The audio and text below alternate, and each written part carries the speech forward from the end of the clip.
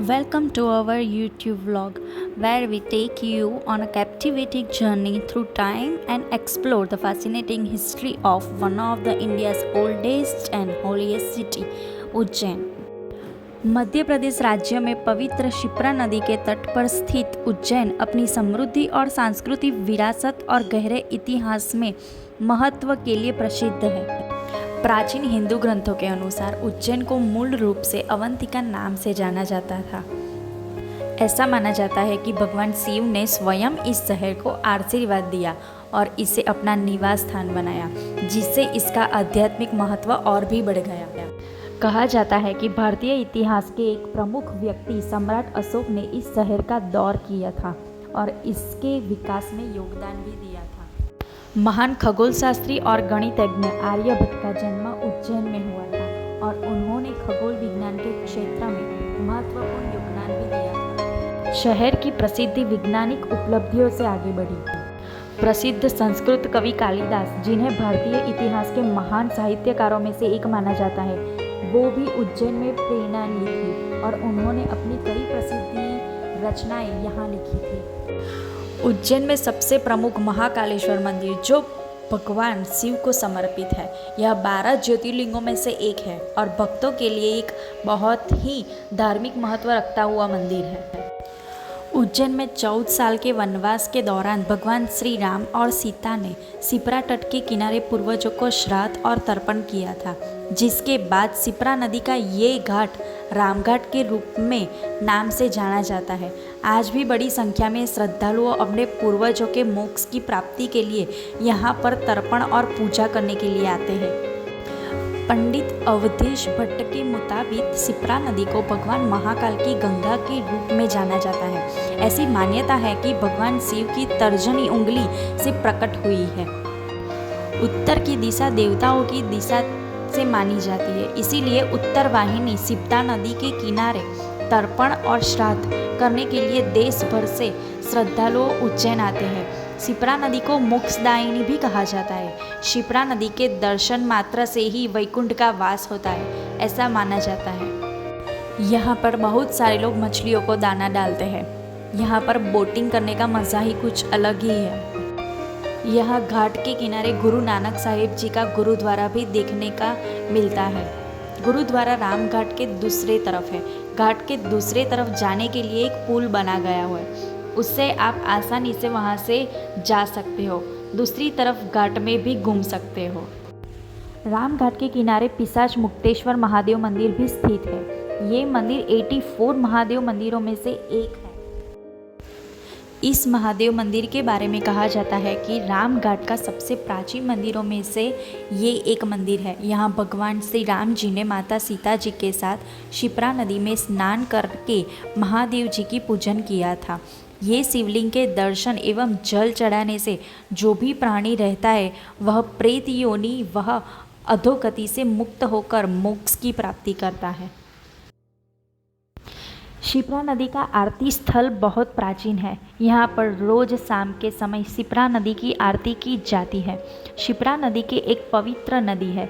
यहाँ पर शिप्रा नदी पर वार्षिक उत्सव भी मनाया जाता है। शिप्रा नदी की आरती के समय बहुत सारे लोग यहाँ पर आते हैं और आरती में शामिल होते हैं। शाम के समय पर यहाँ पर बहुत ही अच्छा लगता है और यहाँ पर लोग मछलियों को खाना भी देते हैं।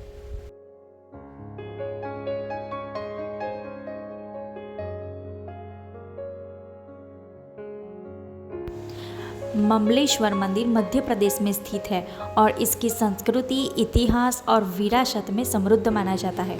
यह मंदिर हिंदी भक्तों के लिए अत्यंत पवित्र माना जाता है। यह मंदिर कुंडलीय ओमकारेश्वर मंदिर नर्मदा नदी के तट पर स्थित है। हालांकि ओमकारेश्वर दोनों से बाहर और अधिक प्रसिद्ध है, लेकिन ममलेश्वर वास्तविक में ज्योतिर्लिंग है। इस मंदिर के रूप में केवल एक हॉल और गर्भगृह से युक्त अन्य ज्योतिर्लिंगों से रूप में बड़ा नहीं है। यहाँ पे देवी पार्वती भी शिव मूर्ति के पीछे स्थित है और ममलेश्वर ज्योतिर्लिंग के आसपास बहुत सारे छोटे मंदिर भी पाए जाए हैं। रास्ते में हमने यहाँ पे एक साईं मंदिर देखा। वहाँ पे हम थोड़ी देर रुके और पूरे दर्शन किए। उसकी थोड़ी सी झलक मैं यहाँ पे दिखा रही हूँ।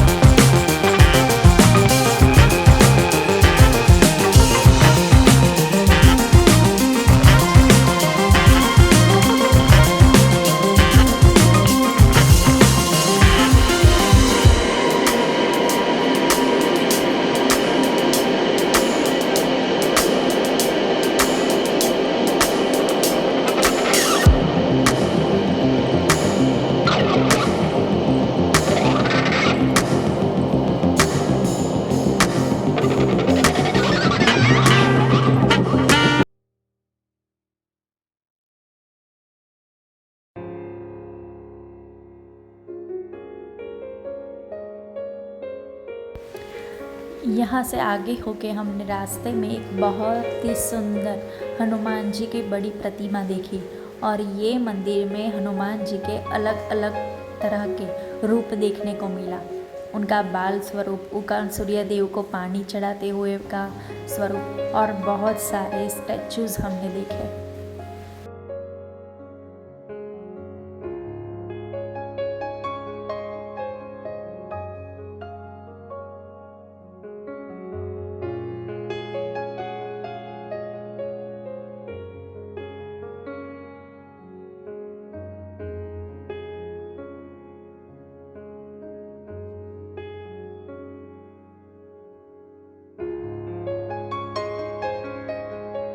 रास्ते में हमने बहुत सारे ऐसे छोटे छोटे मंदिरों में दर्शन किए और उसके बाद हम पहुँचे महाकालेश्वर मंदिर। महाकाल को उज्जैन का राजा कहा जाता है। ऐसे में उनके अलावा इस नगरी में कोई और दूसरा शासक या राजा रुक नहीं सकता। पौराणिक कथाओं के अनुसार विक्रमादित्य के शासक के बाद यहाँ कोई भी राजा रात भर नहीं टिक सका। इस मंदिर का इतिहास है कि जिस व्यक्ति ने भी यह दुस्साहस किया है वह गिरकर मर गया है। आज भी यहाँ पे मुख्यमंत्री या प्रधानमंत्री उज्जैन में रात नहीं बिता सकते। उज्जैन में महाकाल क्षेत्र में माता हरसिद्धि का प्राचीन मंदिर है। कहा जाता है कि यह स्थान सम्राट विक्रमादित्य की तपोभूमि में है। ऐसा माना जाता है कि महान सम्राट विक्रम ने देवी को प्रसन्न करने के लिए प्रत्येक 12वें वर्ष में अपने हाथों से अपना मस्तक की बलि दे दी थी। उज्जैन की रक्षा के लिए आसपास देवियों का पहरा है। उनमें से एक हरसिद्धि देवी भी है। कहते हैं कि यह मंदिर वहाँ स्थित है जहाँ सती के शरीर का अंश अर्थात हाथ की कोहनी आकार गिर गई थी। इस स्थल को भी शक्तिपीठ के अंतर्गत माना जाता है। इस देवी मंदिर को पुराणों में भी इसका वर्णन किया गया है। उज्जैन में 2 शक्तिपीठ माने गए हैं। पहला हरसिद्धि माता का और दूसरा गढ़कालिका माता का शक्तिपीठ। पुराणों में उल्लेख मिलता है कि उज्जैन में शिप्रा नदी के तट के पास स्थित भैरव पर्वत पर माँ भगवती सती के ओष्ठ गिरे थे। कहते हैं कि हरसिद्धि का मंदिर वहाँ स्थित है जहाँ सती के शरीर का अंश अर्थात हाथ की कोहनी आकार गिर गई थी। अतः इस स्थल को भी शक्तिपीठ के अंतर्गत माना जाता है। इस देवी मंदिर को पुराणों में भी वर्णन किया गया है। मंदिर के ठीक सामने 2 बड़े दीप स्तंभ हैं। नवरात्रि के दौरान 5 दिनों तक यहाँ पर दीपमालाएं लगाई जाती है। माना जाता है कि दीप स्तंभ जलाते वक्त बोली गई हर मनोकामनाएं पूरी होती है। हरसिद्धि माता के दर्शन के बाद हम हमारे होटल रूम में वापस चले गए और दूसरे दिन हम निकले काल भैरव मंदिर महाकाल के दर्शन करने के लिए। रविवार के दिन इस मंदिर में ज़्यादा भीड़ रहती है। 3 से 4 घंटे के तक हमने वहाँ पे वेट करने के बाद हमारा दर्शन के लिए नंबर आया था। इस मंदिर के संबंध चमत्कारी बात ये है कि यहाँ से काल भैरव की प्रतिमा शराब का सेवन करती है, लेकिन मदिरा कहाँ तक जाती है ये रहस्य आज तक किसी को नहीं पता। प्रतिमा को मदिरा पीते हुए देखने के लिए यहाँ देश विदेश से काफ़ी लोग पहुँचते हैं। काल भैरव मंदिर के मुख्य द्वार से अंदर घुसते ही कुछ चलकर बाई और पाताल भैरव का स्थान है। इसके चारों ओर दीवार है। इसके अंदर जाने का रास्ता बहुत ही संकरा है। करीब 10 से 12 सीढ़ियाँ नीचे उतरने के बाद तलघर आता है। तलघर की दीवार पर पाताल भैरवी की प्रतिमा अंकित की गई है। ऐसी मान्यता है कि पुराने समय में योगी जन इस तलघर में बैठकर ध्यान करते थे। महाभारत की एक कथा अनुसार उज्जैन को स्वर्ग कहा जाता है। यहाँ के स्मशान को भी तीर्थ कहते हैं, जिसका नाम है चक्र तीर्थ। यहाँ के शमशान को तीर्थ माना जाता है, जिसे चक्र तीर्थ कहते हैं। यहाँ पर स्मशान, उषर, क्षेत्र, पीठ एवं वन ये 5 विशेष संयोग एक ही स्थल पर उपलब्ध है। उज्जैन में 3 शमशान घाट प्रमुख हैं। शिप्रा तट पर चक्रतीर्थ घाट, मंगलनाथ मंदिर के समीप ओखलेश्वर घाट और त्रिवेणी स्थित शमशान घाट। उसमें से चक्रतीर्थ उज्जैन का सबसे प्रमुख और प्राचीन स्मशान घाट है। मंगलनाथ मंदिर, यह कहा जाता है कि ये मंदिर सदियों पुराना है। संधि या राजघराने के इसका पूर्ण निर्माण करवाया था। यहाँ की गई मंगल की पूजा का विशेष महत्व है। भक्तों द्वारा यहाँ मंगलनाथ को शिव रूप में ही पूजाया जाता है। मंगलवार के दिन यहाँ श्रद्धालु दूर दूर से चल के आते हैं। इस मंदिर की किसी भी तरह के अमंगल को मंगल में बदलने का सामर्थ्य होता है। यहाँ भारत ही नहीं अपितु विदेशों से भी लोग यहाँ पे कुंडली में मंगल दोष के निवारण के लिए आते हैं। जिन लोगों को ज्योतिष शास्त्र और कर्म कांड में भरोसा है, उनके लिए ये मंदिर में विशेष महत्व दी गया है। इसके अलावा इस मंदिर में नवग्रह पूजा भी किया जाता है। मंगल दर्शन के बाद हम वहां से निकलकर मां सिद्धवट पार्वती माता के मंदिर पहुंचे। उसके बाद हम उज्जैन में वहां पे आए हुए छोटे छोटे मंदिर, श्री कृष्ण का मंदिर है, गणेश जी का मंदिर है, वहां पे हमने दर्शन किए। फिर वहाँ से निकल के हम निकले सांदीपनी आश्रम। भगवान श्री कृष्ण और सुदामा ने गुरु सांदीपनी के आश्रम में नियमित रूप से शिक्षा प्राप्त की थी।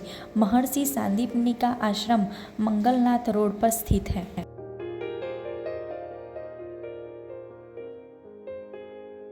आश्रम के पास के क्षेत्र को अंकपात के नाम से जाना जाता है। माना जाता है कि यह स्थान भगवान श्री कृष्ण द्वारा अपनी लेखनी को धोने के लिए इस्तेमाल किया गया था।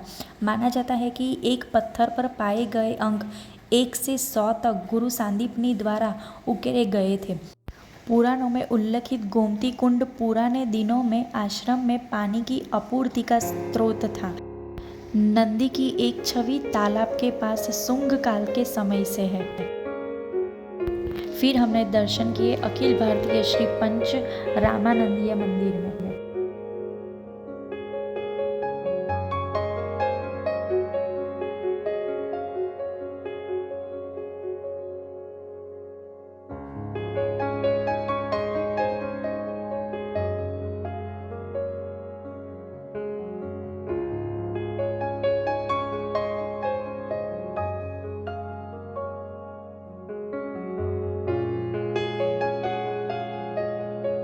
ऐसे और भी हिस्टोरिकल कहानियाँ जानने के लिए don't forget to subscribe my channel और लाइक प्लीज़ ज़रूर करना।